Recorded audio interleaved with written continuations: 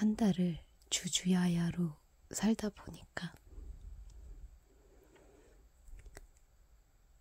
그냥 햄스터 마냥 쳇바퀴 돌아가는 삶? 그런 삶을 살았던 것 같아요. 그래도 그때는 1억을 모아야겠다라는 그런 목표가 있었기 때문에 진짜 미친 듯이 일만 했었던 것 같아요. 그래서 그때 당시에 월급이 120만 원이었나? 150만 원이었나? 아무튼 그 정도 되는 돈을 받았는데 100만 원은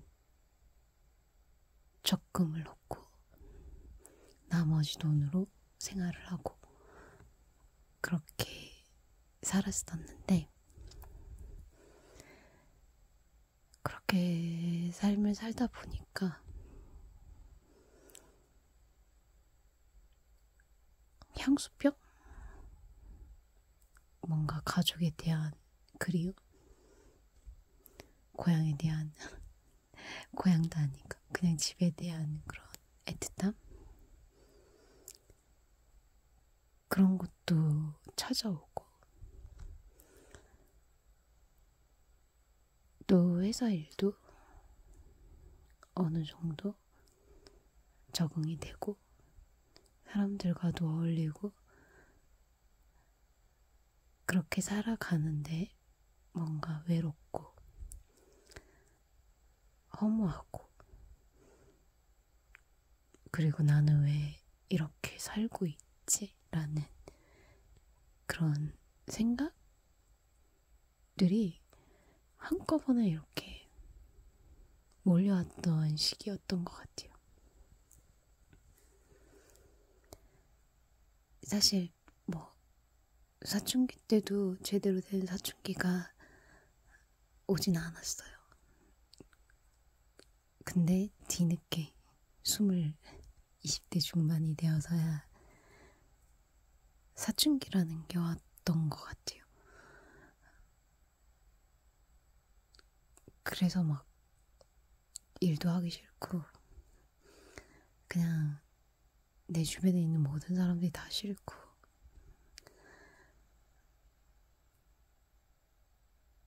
말도 하기 싫고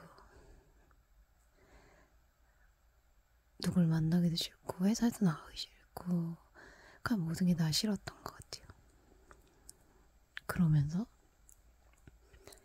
혼자 방 안에 있는 시간이 길어지고 혼자 방 안에 있다 보니까 또 그 삶을 좋은 쪽으로 생각을 했으면 상관이 없는데 계속 안 좋은 쪽으로 부정적인 생각을 막 하기 시작했어요. 그러다 보니까 결국에는 생각하지 않아도 될 생각까지 하게 되는 거죠. 그렇게 해서 그때는 회사에서 마련해준 직원용 아파트에서 살았었는데 제가 살던 층이 13층이었어요. 원래 고소공포증이 좀 있고 높은 곳을 별로 안 좋아하는데 뭐 회사에서 살아라고 하니까 아예 살 수밖에 없죠. 그렇게 13층에 살고 있는데 나는 왜 살지? 그냥 싫어. 다 싫어. 이 삶 자체가 싫어. 나는 왜 이렇게 태어났지? 나는 왜 이렇게 살고 있지? 막 그런 부정적인 생각들이 꼬리에 막 물다 보니까 어느 순간 제가 일어나서 막 베란다로 걸어가고 있는 거예요. 그리고 고소공포증이 있는데도 불구하고 그 베란다 창문을 열고 그 아래를 내려다보고 있었어요. 그때는 그게 무섭다라는 생각도 들진 않았고 그냥 저 아래에는 뭐가 있을까? 저 아래에는 내가 거꾸로 디디면 어떻게 될까? 막 그런 생각들까지 했을 정도로 굉장히 저 자신과 내 삶의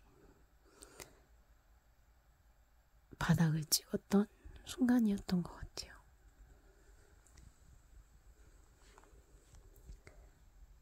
그때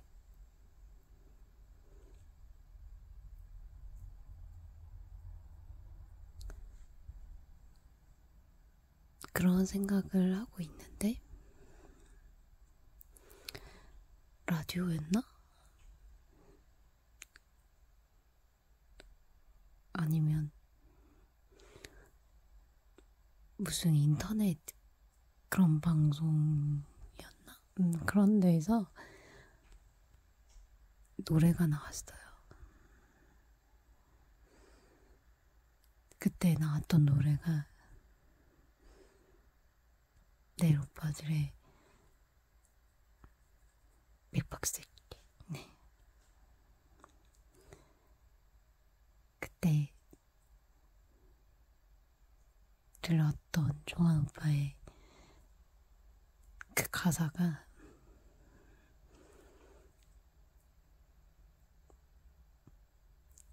그냥 저를 다시 뒷걸음치게 만들었던 것 같아요. 너무 지금 생각해보면 내가 왜 그랬지 하는 생각도 드는데 그 노래를 들으면서 다시 뭔가 숨이 쉬어졌다라는 표현이 맞나? 숨을 쉴 수 있었던 것 같아요. 어두운 생각 끝에 밝은 빛을 본 느낌. 그런 생각이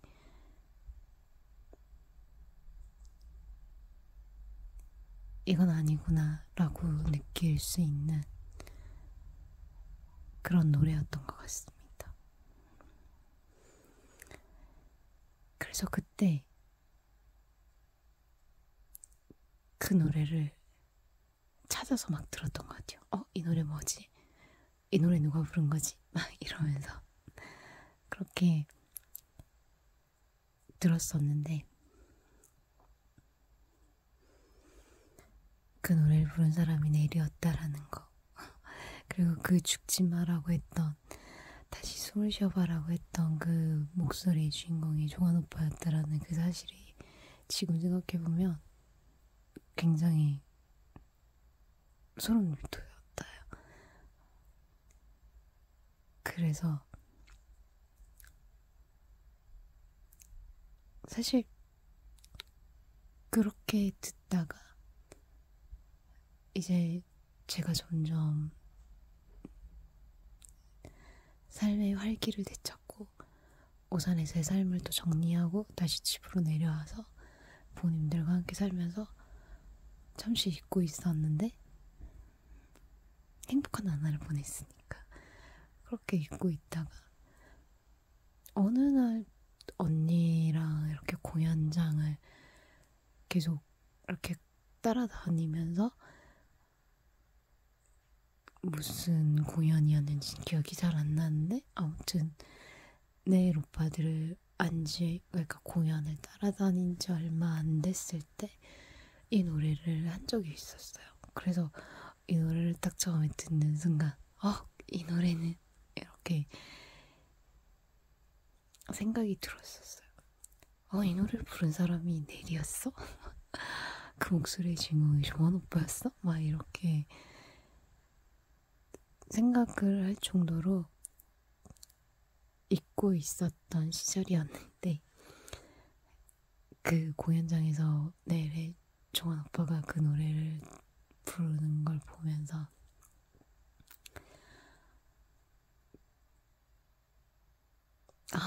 이 노래가 날 살린 노래야. 내가 살아 생전에 이 노래를 그것도 공연장에서 라이브로 듣고 있구나. 막 그런 생각을 하니까 되게 이상한 느낌이었어요. 그때는 언니도 그런 사연이 있었다라는 걸 모르고 있는 상황이었고,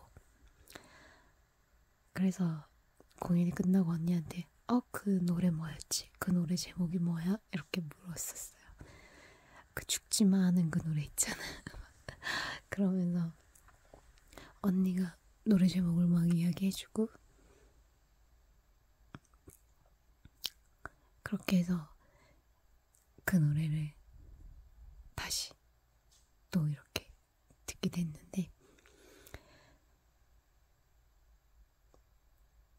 그 시절을 보내고 또 몇 년이 흘러서 이렇게 넬의 스틸 선셋 어쿠스틱 콘서트에서 다른 버전의 편곡된 노래로 그 노래를 들었는데 진짜 그냥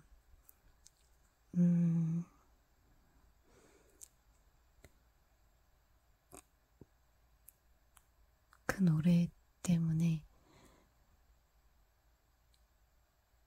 제 인생을 다시 생각하게 되는, 다시 살게 되는 그런 계기를 마련을 했는데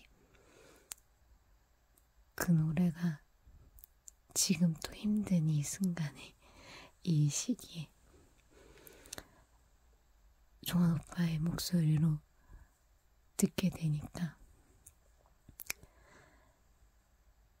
뭔가 위로가 되고 다시 또 열심히 살아야겠구나 라는 생각이 들었었어요. 그래서 회사에 와서도 그래, 열심히 살아야지. 그때 그런 생각을 했었던 어린 시절의 나를 생각하면 몇 년이 지난 후에 지금의 내 모습이 달라진 건 없지만 그래도 뭔가 나도 살아가야 할 이유가 생긴 것 같다라는 느낌이 들었었어요. 그래서 지금도 아직 찾지 못했어요. 내가 왜 살아가야 하는지에 대한 이유는 찾지 못하고 아마 죽을 때까지 그 이유를 찾고 있겠죠. 찾아야 하고 그 이유를 찾게 됐을 때 죽음을 맞이하면 참 좋겠다라는 생각이 들어요. 내가 이래서 몇 년을 이렇게 살았구나. 이 지구라는 세상에서 몇 년을 살고 있구나. 이제 그 이유를 찾았으니까 난 이제 두 눈을 감아도 여한이 없다. 막 이런 생각이 들 정도로 편안한 마지막을 맞이하고 싶은데 그게 과연 잘 될지 모르겠어요. 사실 뭐 지금은 죽음을 제가 선택할 수도 있는 상황이고 여기서 선택이라는 건 네 부정적인 선택이 아닙니다. 이렇게 혹시나 네. 아, 모르겠어요. 아무튼 그런 삶을 살 수도 있고, 그리고 또 사고로 삶을 달리하는 사람들도 주위에 많이 보고 그렇게 하다 보니까 죽음이 저 멀리 있는, 손에 잡히지 않는 그런 단어는 아니구나. 언제든지 나에게 우리 주변에 일어날 수 있는, 가까이 존재하는 삶과 죽음이라는 그 차이는 진짜 찰나, 순간, 그 정도의 차이 밖에 안 되는구나라는 걸 느끼는 것 같아요.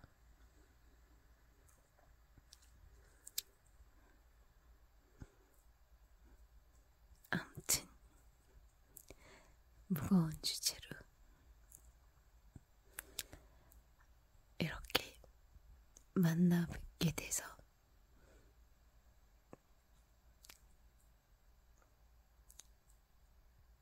조금 당황스럽겠지만 한 번은 이야기하고 싶었습니다. 여러분들은 저처럼 그런 어리석은 생각 하지 않으셨으면 좋겠습니다. 여러분들이 존재하는 이유가 있을 거예요. 그 존재하게 될 이유를 찾아봅시다.